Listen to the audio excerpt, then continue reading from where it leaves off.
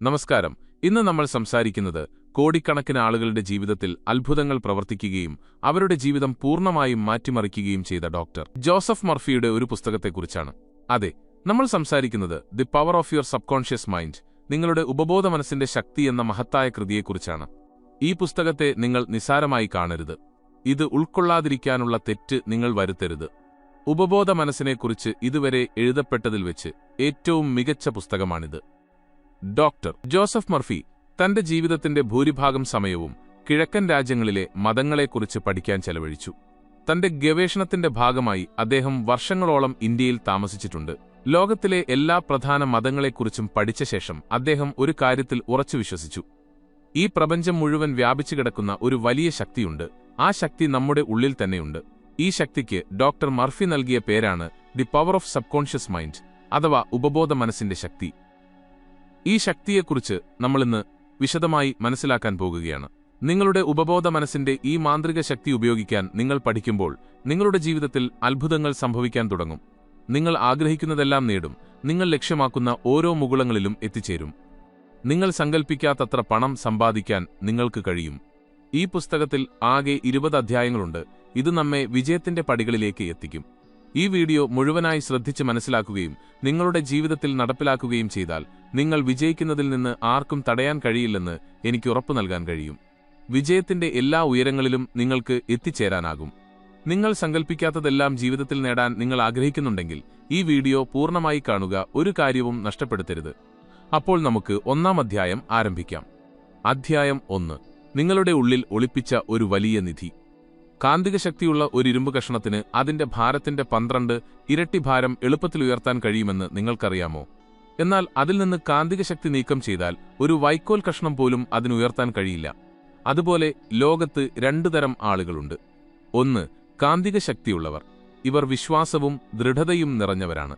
തങ്ങൾ വിജയിക്കുമെന്നും വിജയം നേടുമെന്നും അവർക്ക് ഉറപ്പുണ്ട്. 2ാമത്തെ വിഭാഗം കാന്തിക ശക്തിയില്ലാത്തവർ. അവർ എപ്പോഴും ഭയമുള്ളവരും സംശയമുള്ളവരുമായിരിക്കും. എല്ലാ കാര്യങ്ങളെക്കുറിച്ചും അവർക്ക് സംശയമുണ്ട്. അത്തരക്കാർക്ക് ജീവിതത്തിൽ മുന്നോട്ടു പോകാൻ കഴിയുന്നില്ല. നിങ്ങൾക്കും ഒരു കാന്തിക വ്യക്തിയായി മാറാൻ കഴിയും. അതിനായി ചരിത്രത്തിലെ ഏറ്റവും വലിയ രഹസ്യം, അതായത് ഉപബോധ മനസ്സിന്റെ ശക്തി നിങ്ങൾ മനസ്സിലാക്കുകയും അത് പ്രാവർത്തികമാക്കുകയും വേണം. ഇനി ഈ ഉപബോധ മനസ്സ് എന്താണെന്ന് നമുക്ക് മനസ്സിലാക്കാം. നിങ്ങളുടെ തലച്ചോർ ഒന്നാണെങ്കിലും അതിന് വ്യക്തമായ 2 ഭാഗങ്ങളുണ്ട്. ഒന്ന് ബോധമനസ്സ്, കോൺഷ്യസ് മൈൻഡ്. മറ്റൊന്ന് ഉപബോധ മനസ്സ്, സബ്കോൺഷ്യസ് മൈൻഡ്. ഉപരിതലത്തിൽ കാണുന്നത്, അതായത് നിങ്ങൾ പ്രത്യക്ഷപ്പെടുന്ന രീതി, ബോധമനസ്സാണ്. എന്നാൽ നിങ്ങളുടെ ഉള്ളിലുള്ളതും പുറത്ത് കാണാത്തതുമായ മനസ്സ് ഉപബോധ മനസ്സാണ്. ബോധമനസ്സും ഉപബോധ മനസ്സും പരസ്പരം എങ്ങനെ ബന്ധപ്പെട്ടിരിക്കുന്നുവെന്ന് ഒരു കഥയിലൂടെ മനസ്സിലാക്കാം. ഒരിക്കൽ മഹാനായ ഓപ്പറ ഗായകൻ എൻറിക്കോ കാരുസോ തന്റെ കരിയറിന്റെ തുടക്കത്തിൽ ഭയം കാരണം സ്റ്റേജിൽ പോകാൻ ഭയപ്പെട്ടു. അദ്ദേഹം പറഞ്ഞു, എനിക്ക് പാടാൻ കഴിയില്ല, എല്ലാവരും എന്നെ കളിയാക്കും. അദ്ദേഹം തന്റെ വേഷം മാറുന്ന മുറിയിലേക്ക് തിരിഞ്ഞു നടന്നു. പെട്ടെന്ന് നിന്നു. എന്നിട്ട് അദ്ദേഹം അലറി, ഓടിപ്പോകൂ ഭയമേ, നീ ഓടിപ്പോകണം, ഇവിടെ നിന്ന് നീ ഓടിപ്പോകണം. ഇങ്ങനെ പറഞ്ഞുകൊണ്ട് അദ്ദേഹം വീണ്ടും നെഞ്ചുയർത്തി സ്റ്റേജിലേക്ക് പോയി. നിങ്ങളുടെ ബോധമനസ്സ് ഭയം, ഉത്കണ്ഠ, സമ്മർദ്ദം എന്നിവയാൽ നിറയുമ്പോൾ നെഗറ്റീവ് വികാരങ്ങൾ നിങ്ങളുടെ ഉപബോധ മനസ്സിലേക്ക് ഒഴുകാൻ തുടങ്ങും. ഇത് സംഭവിക്കുമ്പോഴെല്ലാം എൻറിക്കോ കാരുസോയെപ്പോലെ നിങ്ങളുടെ ബോധമനസ്സിന്റെ നെഗറ്റീവ് ചിന്തകൾക്കെതിരെ പൂർണ്ണ ധൈര്യത്തോടും ആത്മവിശ്വാസത്തോടും കൂടി ഉറച്ചു നിൽക്കുക. മനസ്സിൽ പറയുക, ഞാൻ പൂർണ്ണ നിയന്ത്രണത്തിലാണ്, എനിക്ക് ഈ ജോലി എളുപ്പത്തിൽ ചെയ്യാൻ കഴിയും. ഇത് വളരെ ലളിതമാണ്. നിങ്ങൾ ഈ രീതിയിൽ ഉത്തരവുകൾ നൽകുമ്പോൾ നിങ്ങളുടെ ഉപബോധ മനസ്സ് സമാധാനവും ഐക്യവും കൊണ്ട് നിറയും. നിങ്ങളുടെ തലച്ചോറ് ഒരു പൂന്തോട്ടമാണെന്നും നിങ്ങൾ ആ പൂന്തോട്ടത്തിന്റെ ഉടമയാണെന്നും സങ്കൽപ്പിക്കുക. നിങ്ങൾ വിതയ്ക്കുന്ന വിത്തുകളുടെ വിള മാത്രമേ നിങ്ങളുടെ തോട്ടത്തിൽ വളരുകയുള്ളൂ. അതുപോലെ നിങ്ങൾ നിങ്ങളുടെ മനസ്സകുന്ന പൂന്തോട്ടത്തിൽ ചിന്തകളുടെ വിത്തുകൾ വിതയ്ക്കുന്നു. നിങ്ങൾ മുള്ളുകൾ വിതച്ചാൽ മുന്തിരി ലഭിക്കുമോ? ഉപബോധ മനസ്സിന് ശരിയും തെറ്റും തമ്മിൽ വേർതിരിച്ചറിയാൻ കഴിയില്ല. ബോധമനസ്സ് ചിന്തിക്കുന്ന ചിന്തകൾക്ക് യാഥാർത്ഥ്യം നൽകുക എന്ന ജോലി മാത്രമേ ഉപബോധ മനസ്സിനുള്ളൂ. അത് ശരിയാണോ തെറ്റാണോ എന്നത് ഉപബോധ മനസ്സിന് ഒരു വിഷയമല്ല. ഉദാഹരണത്തിന്, ഒരാൾ ദേഷ്യത്തിൽ ഞാൻ അവനെ കൊല്ലുമെന്ന് വീണ്ടും വീണ്ടും പറയുമ്പോൾ ഉപബോധ മനസ്സ് പറയും, എന്റെ യജമാനന്റെ കൽപ്പന. അത് കൊലപാതകത്തിന് സാഹചര്യം സൃഷ്ടിക്കും.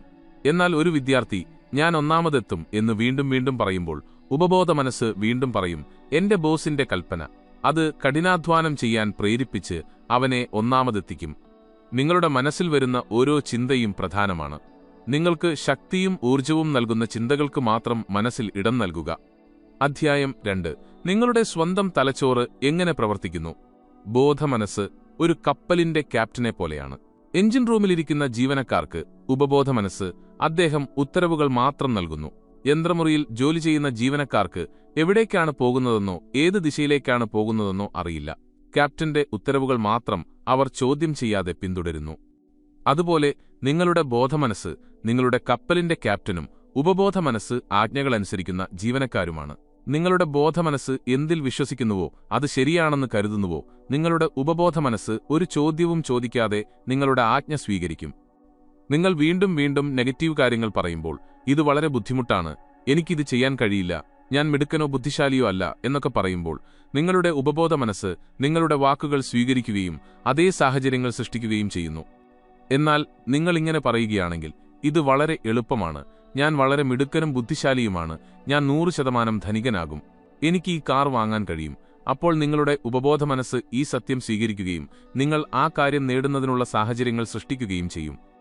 പരാജയപ്പെട്ട ഒരു ഗായികയുടെ ഉദാഹരണം നമ്മൾ കണ്ടു. ഓഡീഷന് മുമ്പ് ഞാൻ തിരഞ്ഞെടുക്കപ്പെടില്ല എന്നു പറഞ്ഞ് അവൾ പരാജയപ്പെട്ടു. പിന്നീട് അവൾ ദിവസത്തിൽ 3 തവണ ശാന്തമായിരുന്ന് എന്റെ ശബ്ദം വളരെ മനോഹരമാണ്, എനിക്ക് വളരെ മനോഹരമായി പാടാൻ കഴിയും എന്ന് ആവർത്തിച്ചു പറഞ്ഞു. ഒരാഴ്ചയ്ക്കുള്ളിൽ അവൾ ആത്മവിശ്വാസം വീണ്ടെടുക്കുകയും അടുത്ത ഓഡീഷനിൽ വിജയിക്കുകയും ചെയ്തു. ഈ സാങ്കേതികവിദ്യ നിങ്ങൾക്കും 100% ഉപയോഗിക്കാം. അധ്യായം 3. നിങ്ങളുടെ ഉപബോധ മനസ്സിന്റെ അത്ഭുതകരമായ ശക്തി. വില്യം ജെയിംസ് പറഞ്ഞതുപോലെ, ലോകത്തെ ചലിപ്പിക്കാനുള്ള ശക്തി നിങ്ങളുടെ ഉപബോധ മനസ്സിലുണ്ട്. നിങ്ങൾ ഉപബോധ മനസ്സിൽ എന്ത് പതിപ്പിക്കുന്നുവോ അത് പൂർത്തിയാക്കാൻ ഉപബോധ മനസ്സ് ആകാശവും ഭൂമിയും ഒന്നിപ്പിക്കും. രാവിലെ പുലർച്ചെ 4 മണിന് ഉണരാൻ അലാറം വെക്കുമ്പോൾ അലാറം അടിക്കുന്നതിന് തൊട്ടുമുമ്പ് നിങ്ങൾ ഉണരുന്നത് ഉപബോധ മനസ്സിന്റെ ശക്തി കാരണമാണ്. വലിയ കാര്യങ്ങൾ നേടുന്നതിനും നിങ്ങൾക്ക് ഈ സാങ്കേതികവിദ്യ പരീക്ഷിക്കാം. എല്ലാ രാത്രിയിലും ഉറങ്ങുന്നതിനു മുമ്പ് കിടക്കയിൽ കിടന്ന് നിങ്ങളുടെ ശരീരം വിശ്രമിക്കുക, കണ്ണുകൾ അടയ്ക്കുക, ഉപബോധ മനസ്സിന് നിർദ്ദേശങ്ങൾ നൽകുക. ഞാൻ എന്റെ എല്ലാ കാര്യങ്ങളിലും ദിവസം ചെല്ലുന്തോറും സമ്പന്നനാവുകയാണ്. എന്റെ ബിസിനസ് അനുദിനം വളരെ നന്നായി പോകുന്നു. നിങ്ങളിത് തുടർച്ചയായി 21 ദിവസം ചെയ്യണം. നിങ്ങളുടെ ജീവിതത്തിൽ നിങ്ങൾ സങ്കൽപ്പിക്കാൻ പോലും കഴിയാത്ത അത്ഭുതങ്ങൾ സംഭവിക്കാൻ തുടങ്ങുമ്പോൾ നിങ്ങൾ ആശ്ചര്യപ്പെടും. സന്തോഷം, സമൃദ്ധി, സ്നേഹം, ഉത്സാഹം എന്നിവ നൽകുന്ന ചിന്തകൾ കൊണ്ട് നിങ്ങളുടെ ഉപബോധ മനസ്സിനെ നിറയ്ക്കുക. നെഗറ്റീവ് ചിന്തകൾ എന്നേക്കുമായി പുറത്തുപോകും. അധ്യായം 4. പുരാതന കാലത്തെ മാനസിക ചികിത്സ. പുരാതന കാലത്ത് ആശുപത്രികളില്ലാതിരുന്നപ്പോൾ പുരോഹിതന്മാരും മതനേതാക്കളും മന്ത്രങ്ങൾ, തകിടുകൾ എന്നിവ ഉപയോഗിച്ച് രോഗികളെ സുഖപ്പെടുത്തിയിരുന്നു. ഇത് മന്ത്രങ്ങൾ കാരണം മാത്രമല്ല, രോഗികൾക്ക് ആ പുരോഹിതന്മാരിലുള്ള അഗാധമായ വിശ്വാസം മൂലമായിരുന്നു. ഇനി എനിക്ക് സുഖമാകും എന്ന ചിന്ത അവരുടെ ഉപബോധ മനസ്സിൽ പതിഞ്ഞു. ഉപബോധ മനസ്സിൽ പതിഞ്ഞ ചിന്ത യാഥാർത്ഥ്യമായി മാറുന്നുവെന്ന തത്വമനുസരിച്ച് അവർ സുഖം പ്രാപിച്ചു. നിങ്ങളുടെ എല്ലാ രോഗങ്ങളെയും സുഖപ്പെടുത്താൻ കഴിയുന്നത്ര ശക്തമാണ് നമ്മുടെ ഉപബോധ മനസ്സ്. അധ്യായം 5. ആധുനിക യുഗത്തിലെ മാനസിക ചികിത്സ. ഒരു ഡോക്ടർ മുറിവിൽ ബാൻഡേജ് കെട്ടുന്നു, ദൈവം അത് സുഖപ്പെടുത്തുന്നു. ഇവിടെ ദൈവം എന്ന വാക്ക് ഉപബോധ മനസ്സിനു വേണ്ടിയാണ് ഉപയോഗിച്ചിരിക്കുന്നത്.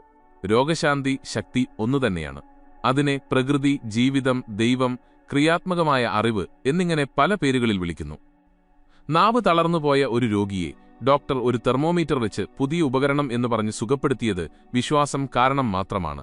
അതുപോലെ ശബ്ദം നഷ്ടപ്പെട്ട യുവതിക്ക് ഡോക്ടർ വൈദ്യുതി നൽകുകയാണെന്ന് വിശ്വസിപ്പിച്ച് ഉപബോധ മനസ്സിന് നിർദ്ദേശം നൽകി സുഖപ്പെടുത്തി.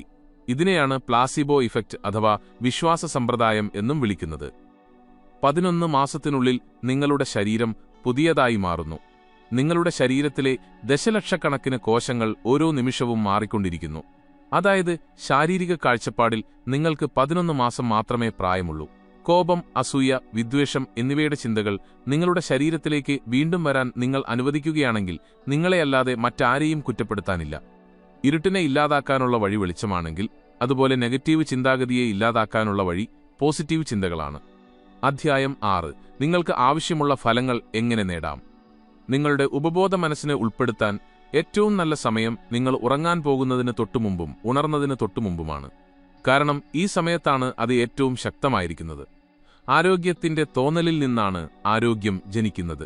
സമ്പത്തിന്റെ തോന്നലിൽ നിന്നാണ് സമ്പത്ത് ജനിക്കുന്നത്. ഭാവനയാണ് നിങ്ങളുടെ ഏറ്റവും വലിയ ആന്തരിക ശക്തി. നിങ്ങൾ എന്തായിരിക്കുമെന്ന് നിങ്ങൾ സങ്കൽപ്പിക്കുന്നുവോ അതായിരിക്കും നിങ്ങൾ. ഉറങ്ങുന്നതിനു മുമ്പ് നിങ്ങളുടെ ആഗ്രഹങ്ങൾ സഫലമാകുന്നത് വീണ്ടും വീണ്ടും സങ്കൽപ്പിക്കുക. നിങ്ങളുടെ ജീവിതത്തിൽ എന്തെങ്കിലും പ്രശ്നമുണ്ടെങ്കിൽ ഉറങ്ങുന്നതിനു മുമ്പ് നിങ്ങളുടെ പ്രശ്നത്തിനുള്ള ഉത്തരം പറയാനുള്ള ഉത്തരവാദിത്തം നിങ്ങളുടെ ഉപബോധ മനസ്സിന് കൈമാറുക. അത് നിങ്ങൾക്ക് ഉത്തരം നൽകും. സുഹൃത്തുക്കളെ, നിങ്ങൾ ഇപ്പോഴും ഈ വീഡിയോയിലുണ്ടെങ്കിൽ ഉപബോധ മനസ്സിന്റെ ശക്തിയാൽ ജീവിതത്തിൽ വളരെയധികം മുന്നോട്ടു പോകാനും വിജയത്തിന്റെ ഉയരങ്ങളിലെത്താനും നിങ്ങൾ ആഗ്രഹിക്കുന്നു എന്നാണ് അതിനർത്ഥം. ഇത് തീർച്ചയായും സംഭവിക്കും. വരാനിരിക്കുന്ന പോയിന്റുകൾ കൂടുതൽ പ്രധാനമാണ്. വീഡിയോയിൽ തുടരുക. അധ്യായം 7. ധനത്തിനായുള്ള ഉപബോധ മനസ്സിന്റെ ശക്തി എങ്ങനെ ഉപയോഗിക്കാം. സമ്പത്ത് ബോധം വികസിപ്പിക്കാനുള്ള ശരിയായ വഴി. നിങ്ങളൊരു കാര്യം ചെയ്യുക. എല്ലാ ദിവസവും ഉറങ്ങുന്നതിനു മുമ്പും രാവിലെ ഉണർന്നതിനു ശേഷവും 5 മിനിറ്റ് ഈ 2 വാക്കുകൾ ആവർത്തിക്കുക. ഈ വാക്കുകളിൽ അതിരുകടന്ന ശക്തിയുണ്ട്: സമ്പത്തും വിജയവും. ഇത് ഒരു താരാട്ടുപോലെ ആവർത്തിച്ചു പറയുക. നിങ്ങൾ ഫലങ്ങളിൽ ആശ്ചര്യപ്പെടും. വലിയ മഞ്ഞുകണങ്ങൾ പോലെ സമ്പത്ത് നിങ്ങളുടെ അടുത്തേക്ക് ഒഴുകിയെത്തും. വളരെ ആശങ്കാകുലനായ ഒരു ബിസിനസ്സുകാരന്റെ കഥ എഴുത്തുകാരൻ പറയുന്നു. അദ്ദേഹത്തിന്റെ വിൽപ്പനയും സാമ്പത്തിക സ്ഥിതിയും മോശമായിരുന്നു. അദ്ദേഹം തന്റെ ഓഫീസിൽ ശാന്തമായിരുന്ന് ഈ പ്രസ്താവന വീണ്ടും വീണ്ടും ആവർത്തിച്ചു: എന്റെ വിൽപ്പന ഓരോ ദിവസവും വർദ്ധിച്ചുകൊണ്ടിരിക്കുന്നു. രാത്രി ഉറങ്ങുന്നതിനു മുമ്പും രാവിലെ ഉണർന്നതിനു ശേഷവും ഇത് ആവർത്തിച്ചപ്പോൾ ഏതാനും ആഴ്ചകൾക്കുള്ളിൽ അദ്ദേഹത്തിന് നല്ല ഫലങ്ങൾ ലഭിച്ചു. നിങ്ങൾക്കും ഇതേ സൂത്രവാക്യം സ്വീകരിക്കാൻ കഴിയും. ചില ആളുകൾ ഞാൻ ചെയ്തു പക്ഷേ ഒന്നും സംഭവിച്ചില്ല എന്നു പറയാറുണ്ട്. അവർക്ക് ഫലങ്ങൾ ലഭിക്കാത്തതിന്റെ കാരണം നല്ല ആശയം പ്രഖ്യാപിച്ചതിനു ശേഷം 10 മിനിറ്റിനുള്ളിൽ അവർ ഭയത്തിന്റെ ചിന്തയിൽ മുഴുകുകയും ആ ആശയത്തെ നിഷേധിക്കുകയും ചെയ്തതാണ്. നിങ്ങളൊരു വിത്ത് നിലത്ത് വിതച്ചാൽ അത് ഉടൻ തന്നെ ചെടിയായി മാറിയില്ലെങ്കിൽ നിങ്ങൾ കുഴിച്ചെടുക്കില്ലല്ലോ. നിങ്ങൾ അതിന് വളരാൻ സമയം നൽകുന്നു. അതുപോലെ നിങ്ങളൊരു നിർദ്ദേശം നിങ്ങളുടെ ഉപബോധ മനസ്സിന് നൽകുമ്പോൾ അത് വേരൂന്നാനും വളരാനും നിങ്ങൾ സമയം നൽകണം. സമ്പത്തിന്റെ ആശയം നിങ്ങളുടെ ഉപബോധ മനസ്സിൽ വേരൂന്നുമ്പോൾ നിങ്ങൾ സങ്കൽപ്പിച്ചിട്ടുള്ളതിനേക്കാൾ കൂടുതൽ ധനം നിങ്ങൾക്ക് ലഭിക്കും. അധ്യായം 8. സമ്പത്തിലേക്കുള്ള രാജകീയ പാതയിലൂടെ എങ്ങനെ നടക്കാം.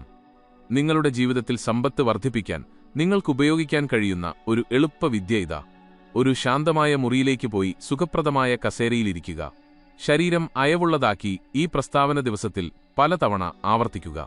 എനിക്ക് പണം ഇഷ്ടമാണ്. ഞാൻ അതിനെ സ്നേഹിക്കുന്നു. ഞാൻ അത് വിവേകത്തോടെ ഉപയോഗിക്കുന്നു. എന്റെ ജീവിതത്തിൽ പണത്തിന്റെ നിരന്തരമായ ഒഴുക്കുണ്ട്. ഞാൻ സന്തുഷ്ടനാണ്. ഞാൻ അത് വിട്ടുകൊടുക്കുന്നു. അത് അത്ഭുതകരമായ വഴികളിൽ വർദ്ധിച്ച് എന്റെ അടുത്തേക്ക് തിരിച്ചുവരുന്നു. പണം വലിയ അളവിൽ എന്റെ അടുത്തേക്ക് ഒഴുകിയെത്തുന്നു. ഞാൻ എന്റെ സാമ്പത്തിക സമൃദ്ധിക്കും മാനസിക സമ്പത്തിനും നന്ദിയുള്ളവനാണ്. ദാരിദ്ര്യത്തിൽ ദിവസങ്ങൾ ചെലവഴിക്കുന്നതിന്റെ യഥാർത്ഥ കാരണം. പലപ്പോഴും ദാരിദ്ര്യത്തിൽ കഴിയുന്ന ആളുകൾ വിജയിക്കുകയും ധാരാളം പണം സമ്പാദിക്കുകയും ചെയ്ത ആളുകളെ നിരന്തരം വിമർശിക്കുന്നു. ധനികരെ മോശക്കാരായി കാണുകയും അവർ പണം സമ്പാദിച്ചത് അന്യായമായിട്ടാണെന്ന് വിശ്വസിക്കുകയും ചെയ്യുന്നു. തന്മൂലം അവർ ധനികരെയും പണത്തെയും വെറുക്കുന്നു. നിങ്ങൾക്ക് ധനികനാകാൻ ആഗ്രഹമുണ്ട്, പക്ഷെ നിങ്ങൾ ധനികരെയും അവരുടെ പണത്തെയും വെറുക്കുന്നു. പ്രപഞ്ചത്തിന്റെ നിയമം പറയുന്നു, നിങ്ങൾ എന്തിനെ വെറുക്കുന്നുവോ അത് നിങ്ങളിൽ നിന്ന് അകന്നുപോകും. അതുപോലെ നിങ്ങൾ വിജയികളെയും ധനികരെയും അപലപിക്കുമ്പോൾ പണവും നിങ്ങളിൽ നിന്ന് അകന്നുപോകുന്നു. അതുകൊണ്ടാണ് അത്തരക്കാർക്ക് എപ്പോഴും പണത്തിന് കുറവുണ്ടാകുന്നത്. അപ്പോൾ നിങ്ങൾ എന്തു ചെയ്യണം? നിങ്ങൾ ഏതെങ്കിലും വിജയിച്ച ധനികനായ വ്യക്തിയെ കാണുമ്പോൾ ഇങ്ങനെ പറയുക: ഞാൻ വിജയിച്ചവരെയും ധനികരെയും അനുഗ്രഹിക്കുന്നു. ഞാൻ വിജയിച്ചവരെ എന്റെ റോൾ മോഡലുകളാക്കുന്നു. അവർക്ക് ധനികരാകാൻ കഴിയുമെങ്കിൽ എനിക്കും കഴിയും. നിങ്ങൾ ഉപബോധ മനസ്സിൽ ധനികരെക്കുറിച്ച് നല്ല വികാരങ്ങൾ നിലനിർത്തുമ്പോൾ നിങ്ങളുടെ ഉപബോധ മനസ്സ് നിങ്ങൾക്ക് എണ്ണാൻ കഴിയാത്തത്ര സമ്പത്ത് നൽകും. അധ്യായം 9. നിങ്ങളുടെ ഉപബോധ മനസ്സ് ദാമ്പത്യ ജീവിതം.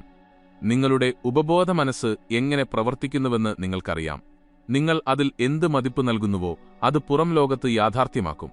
ആദർശപരമായ ഭർത്താവിനെ എങ്ങനെ ആകർഷിക്കാം? നിങ്ങളൊരു സ്ത്രീയാണെങ്കിൽ ആദർശപരമായ ഭർത്താവിനെ ആകർഷിക്കാൻ ആഗ്രഹിക്കുന്നുവെങ്കിൽ നിങ്ങൾ ആഗ്രഹിക്കുന്ന ഗുണങ്ങളുടെയും സ്വഭാവങ്ങളുടെയും ഒരു മതിപ്പ് നിങ്ങളുടെ ഉപബോധ മനസ്സിൽ നൽകുക. അതിനുള്ള വിദ്യ ഇതാ: രാത്രിയിൽ കണ്ണുകൾ അടച്ച് ശാന്തമായിരിക്കുക.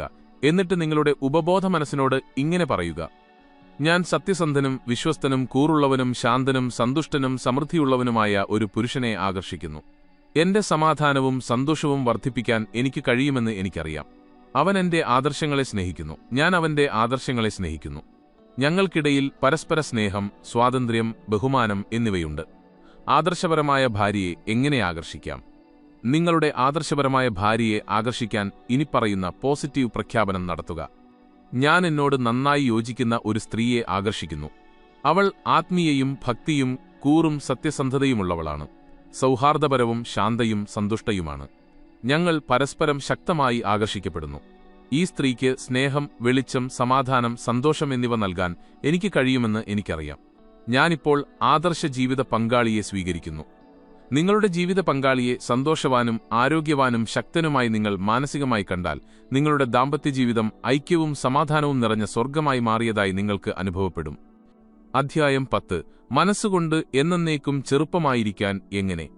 ഞാൻ എത്ര ചെറുപ്പമാണെന്ന് കരുതുന്നുവോ അത്രയും ചെറുപ്പമാണ് ഞാൻ. ഒരു വ്യക്തി തന്റെ ഹൃദയത്തിൽ എന്താണ് ചിന്തിക്കുന്നത് അതായിരിക്കും അയാൾ. ഒരു സർജന്റെ കഥ എഴുത്തുകാരൻ ഓർക്കുന്നു. 84-ാം വയസ്സിലും അദ്ദേഹം എല്ലാ ദിവസവും ഓപ്പറേഷൻ ചെയ്യുകയും രോഗികളെ കാണുകയും ലേഖനങ്ങൾ എഴുതുകയും ചെയ്തിരുന്നു.